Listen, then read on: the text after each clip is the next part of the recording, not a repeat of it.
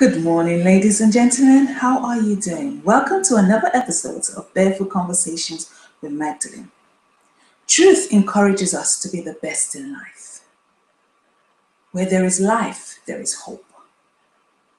Truth encourages us to be the best in life. Where there is life, there is hope. What does that mean? What am I talking about? My topic today says, how valuable is life to you? How valuable is life to you? Let me just repeat what I said earlier. Truth encourages us to be the best in life. Where there is life, there is hope.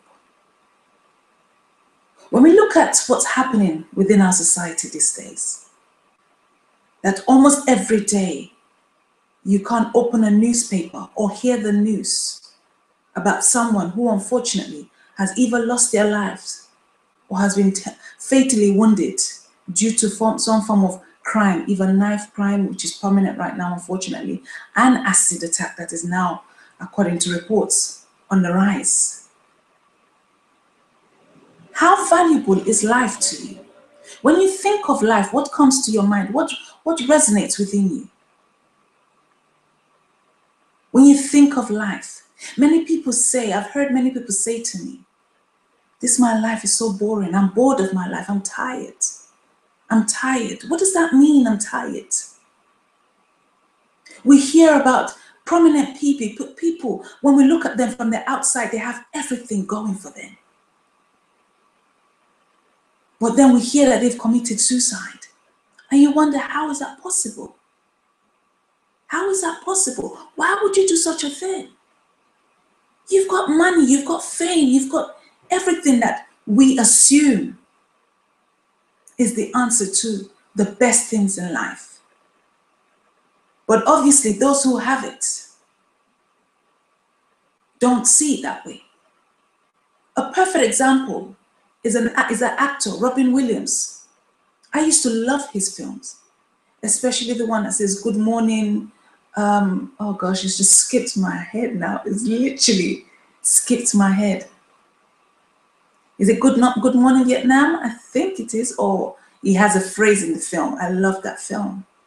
When I heard of his passing and how he took his own life, it was really sad. It was really a sad time for me because I wonder, why would you do that? From, like I said, from the outside. He's got the money. He's got the fame. Surely he must be happy. Surely he must have such importance. He must place such importance in his life that he doesn't feel the need to take the life.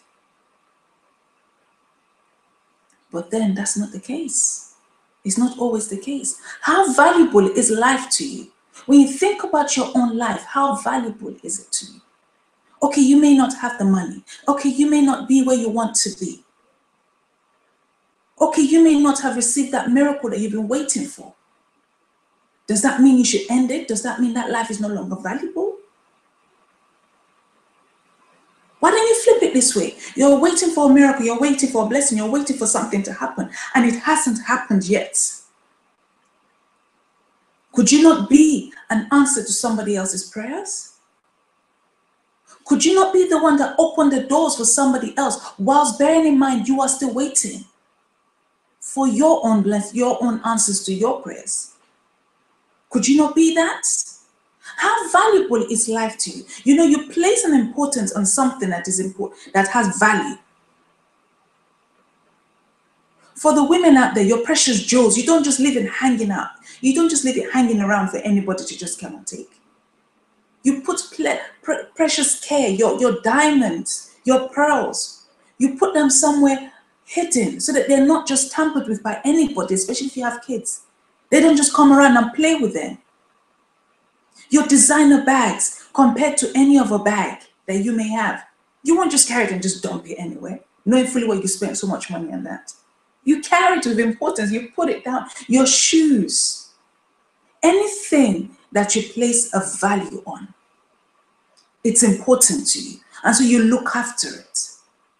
The child you carried in your womb, once you give birth to that child, you don't just carry that child and throw the child away because you understand the pain. You understand what you went through to bring that child into this world. So how valuable is life to you? You don't have the answers to the questions right now. Does that mean that your life is of no value? When you're measuring success, in your mind, you are not successful because you haven't achieved A, B, C. But in the eyes of other people who are looking at you, not everybody will tell you the truth. Some people are smiling with you, but they are so envious of you and always ready to pull you down at every single opportunity they get. But there are those who are genuine, who are really rooting for you. And they are seeing your progress. They've seen how you've come, how far you've come, sorry. They've seen how far you've come, where you've progressed from. And they understand the struggle. And they are your cheerleaders, cheering you on, even when you are not cheering yourself on. And they're saying, come on, you are impacting life. You are actually adding value. You are adding value to my life and to the life of others. But you may not see it because you are measuring your success in accordance to what you have put down. And because you haven't achieved those things, then for you are not successful. How valuable is life to you? I read something this morning that I got on WhatsApp, and it talked about a young man who told his dad, he said to his dad, he said, Dad, I want a car. Not just any car, he wants a really fancy sports car after his graduation. And so on the day of his graduation, really excited, he went to see his dad and everything. And then the dad gave him a Bible. Many of you may know this story, many may not, but I'm just going to say it anyways. The dad gave him a Bible and he was so angry. The Bible was okay, the cover, everything was leather bound, it was beautiful. But the boy was so angry because he wanted a car. Why are you giving me a Bible when I want a car? I want a car. Not just any car. This particular car that I've told you about, I know you can afford it. I've done you well. You've just said how proud of me you are. So now I want this car. So the boy, because of anger, the boy stormed out of the house and he never came back to see his dad again. He got on with life. He got a good job, became very successful, he had a family. Then one day, after many, many years, bearing in mind he never saw his dad again after that day of his graduation. After many years, he got the prompting to say that he needed to go and see his dad. So he was getting himself prepared to go and see his dad. But then he got a letter that his dad had passed away. So it was too late for him to go and see his dad, to reconcile things. But the dad had willed everything to him. So I'm assuming he was an only child. So he went back home now, clearing out all the stuff to see what needs to be saved and obviously what needs to be given away to charity. He came across that Bible. As he came across that Bible, he opened the Bible and he saw somewhere his dad had underlined some Bible scriptures for him. Not only that, as he opened the Bible, a car key dropped out the Bible. And there was a note attached to that. So the car key and the note was kind of stuck to the back of the Bible. And the note stated, it said, payment paid in full. And he put the address of the car dealership. And that was the exact car dealership that the boy had said to his dad all those years ago that he wanted to buy his car from. The boy broke down in tears, crying. And the message that was said from that information that I got was that you may be looking for things. You may be looking for something. You may be pursuing after success in a certain way. So you set down markers that would enable you to say that, yes, you're on the right track. And once you're hitting those marks, then in your mind, you're on the right tracks. But then you go about doing, something happens, and then unfortunately you have to do a detour, or maybe you have to step back, or maybe you have to just kind of go backwards. And for you failed. You feel that you failed because you're not hitting those marks and you've set yourself. Just like this boy in this story. Who told you you failed? The boy wanted a car, so he wasn't patient enough to open the Bible to see what was in the Bible. So in all these years, that car that he wanted, he never got it, even though it was paid in full. It was a waste of money. How are you living your life? Because things are not working out in the way you've planned it, does that mean that things are not working out?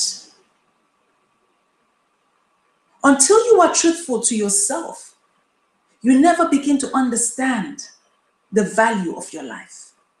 Until you begin to ask yourself some questions, you continue to live a life of deception, deceiving yourself and deceiving other people. Because you're not walking in your own lane, because you're not understanding that there is more to you, because your mind is so small, you're living in such a myopic kind of island, that this is how things are, and this is how it's always been, and this is how you do things, and outside of that, it doesn't work. Have you given it a try? Have you pushed yourself? Have you explored other avenues? Have you looked inwards enough to understand your true worth? So that instead of sitting down there and wanting to take that overdose, instead of trying to kill yourself in whatever manner that you choose to want to do so, instead of hanging around those people that you know deep down inside are no good to you, they are no good for you and they are no good to you, mentally, physically, in all manner of ways, they are no good for you, you still hang around with them. When you look at the eagle bird and you look at the vultures, can they be classed in the same category? Can they be classed in the same category? When you look at the eagle bird and you look at the vultures, yes, they are birds, but that's all. That's where the similarities ends. So when you look at yourself and you look at your fellow neighbor, yes, you are both human beings, but just because that your neighbor is advancing in certain areas doesn't mean he or she is better than you. It just means that he or she is advancing in certain areas. So does that make you a second-class citizen to that person? How valuable is your life to you? How valuable is life in general to you? When one human being can take a weapon to end the life of another human being, all in the name of what? Postcode wars? He stepped on my foot. He took my girlfriend. What does that mean? When you feel that you can only become empowered when you bully others, when you demean others, you put them down. What does that say of you as a person? That's basically saying you have no value for your life. That's basically saying that you don't feel that you're good enough. Hence the reason you need to put someone else down and make yourself look empowered, make yourself look like the boss, when really, truly, deep down inside, you're crying out for help. How valuable is life to you? How do you understand when enough is enough? When you don't even understand the basic truth that you are good enough. You continue to allow garbage into your life. Allow people to demean you. Allow people to pull you down. Allow people to control your thoughts. You continue to allow people to determine the course of life, when really and truly, nobody has a right to determine the course of your life apart from God, the Almighty, the Creator of all beings. He placed you on this earth. He knows your end date. No one else knows your end date. So no one else has the power to determine your end date. But unfortunately, because we do not place values in our lives, people go around cutting short the life of people who could have been. There's too many could have been when we look at amongst the young people who are dying today. Many of them could have been the next president, could have been the next prime minister, could have been the next governor, could have been the next greatest leader that our generation could have ever imagined or seen. It's enough of this could have been. We have too many could have beens. When you go to a cemetery, that reality comes across to you in such a big way. Because there's so many great potentials, so many untapped treasures there that was never used because they were cut short before their time. How valuable is life to you? What message are you teaching your children? What are you saying to them? What are you showing them? What do they understand about life? When you come across as being the bigger person, that makes you the stronger person. That whole thing that big men don't cry, what does that mean? So you hold everything in, you hold all the emotions in. You become depressed because you can't show your emotion. Every time you're out, you have to be Jack the Lad. Yeah, this is it, this is it, this is it. But deep down inside, it's like, if only you knew you're crying out for somebody to help you. You're in a place, you're in a relationship, you're doing something that you're miserable, you hate it. But because of what people are going to say, you carry on keeping on appearances. How many of us remember that show, Keeping Up Appearances? I love that show. I still watch it once in a while. Because that show captures the whole essence of what I'm saying. You portray to the world to be this, while really you are actually totally opposite. So why do you waste that time and energy on trying to portray to the world of a false representation of yourself when the real you is being suppressed and then you are depressed all along? Why do that? How valuable is life to you? Have you come to understand that you are important? Have you come to understand that you are wonderful? Have you come to understand that you are great and there's greatness that lies within you if only you took time to untap those greatness within? Many of us are too much into looking at what people are doing, looking at what people are saying, and not taking time to look at inward. We're always looking outwards. Forget about what people are saying, forget about what people are doing, and follow after your own self. Follow your lane, no matter how long it takes you.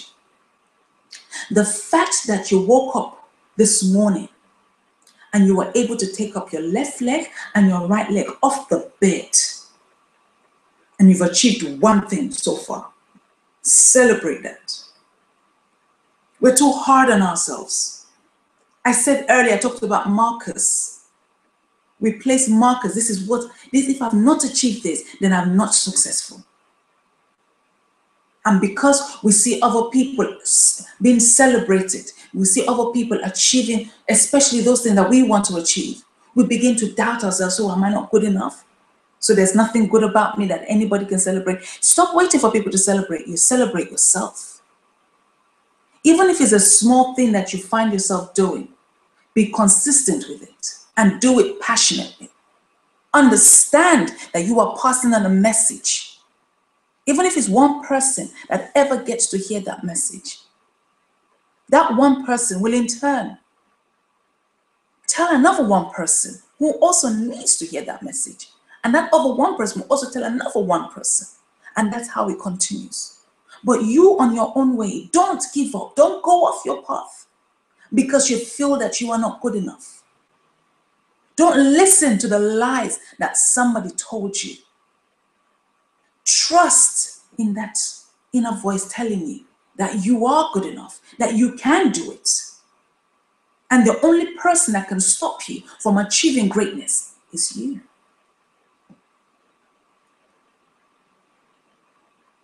When you focus on what it is you are supposed to do, you have no time to listen to the naysayers.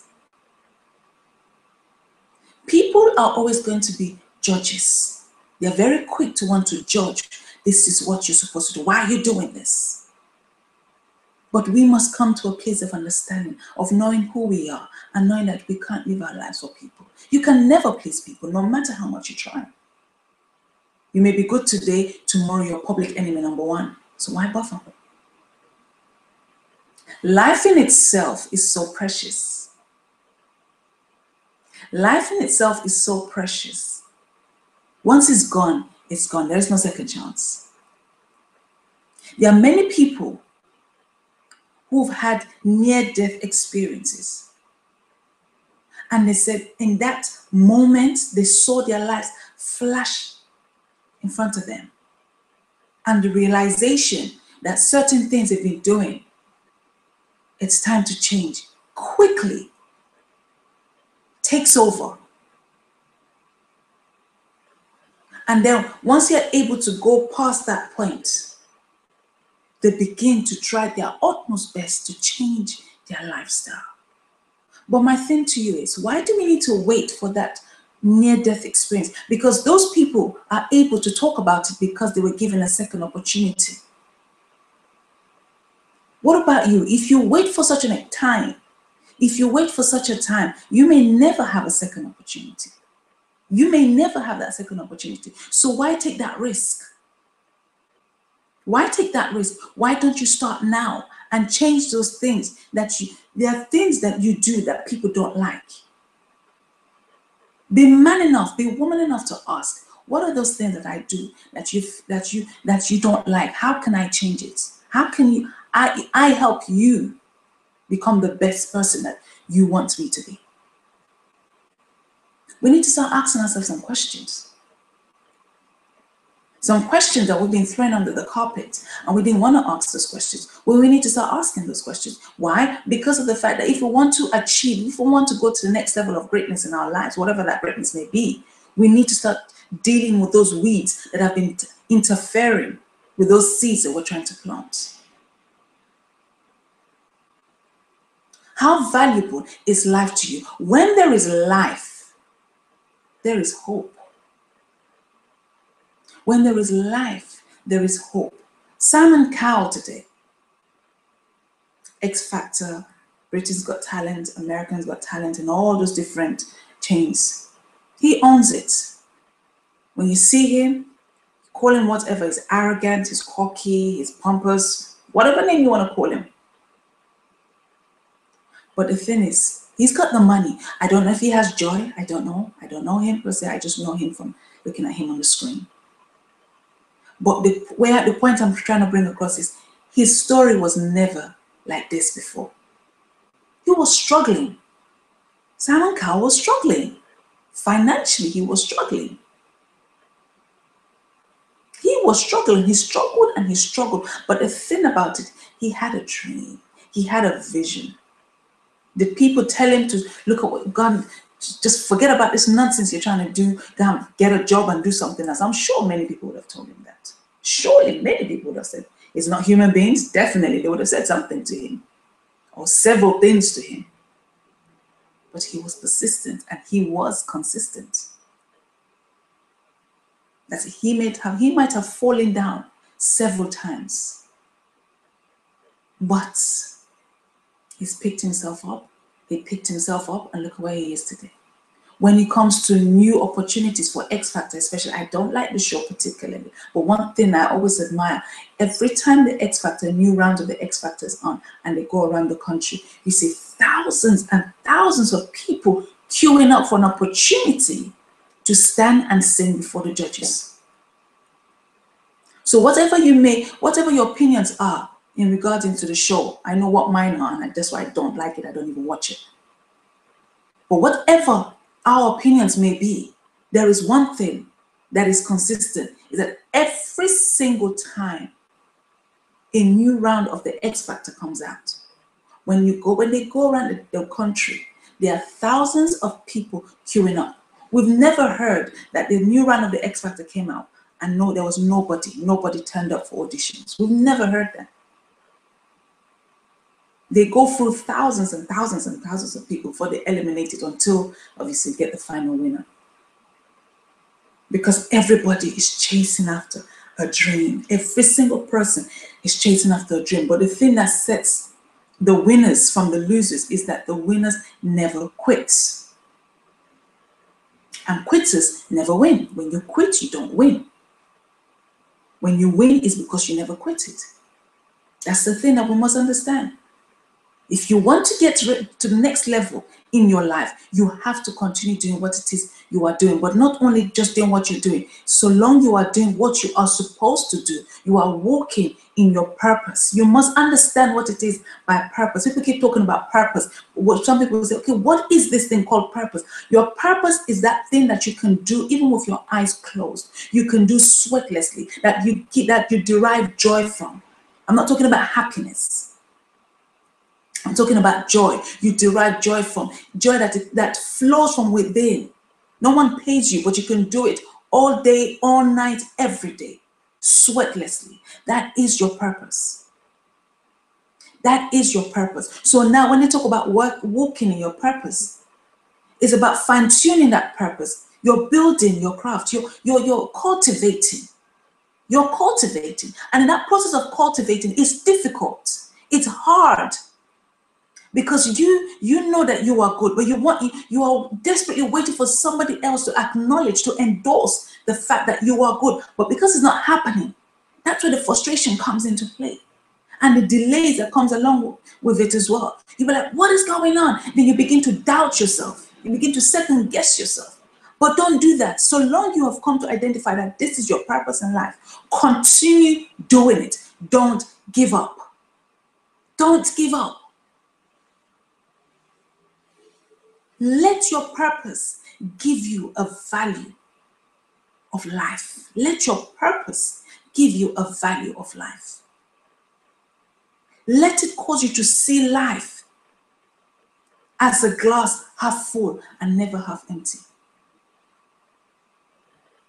Or is it the other way around? Sorry. No, never half empty. That's it. A glass never half empty. Your glass will never be half empty because you see it as a journey. You're learning daily. You meet people that impact your life in one way or the other. And understand that people come into your life for different seasons. There are some people who are meant to come into your life for the now and just help you with one particular thing and they're gone. There are some people who are meant to be with you for the short term and they're gone. And there's some people who are meant to be with you for the long haul. So don't cause those people who are meant to be with you for this now, for one little thing. You want to cause them to stay with you for the long haul when they're not supposed to be with you for the long haul. So it's time to begin to weed out the tars from the sea. You need to know who people are and place them in their rightful places in your life so that nobody is stepping on each other. Because you as the person, the main person in the middle, you have a tunnel vision. You know exactly. You may not have the full blueprint of everywhere, but at least you have a focus. This is where I need to get to. This is what I need to achieve. Write things down. Make the vision clear that when someone else reads it, they are able to run with it. It's so important. How valuable is life to you? Guys, until next time, my time is well spent. You have a great day. You have a great week. And most especially, I want you to go back and replay this video because I need you to think about life and think about most especially your life and the lives of your children, the lives of your family, and the lives of people around you. Look at the trend. What's happening in their lives? What's happening in your own life? Answer your own questions. Until the next time, God willing, I'll see you again. Bye for now.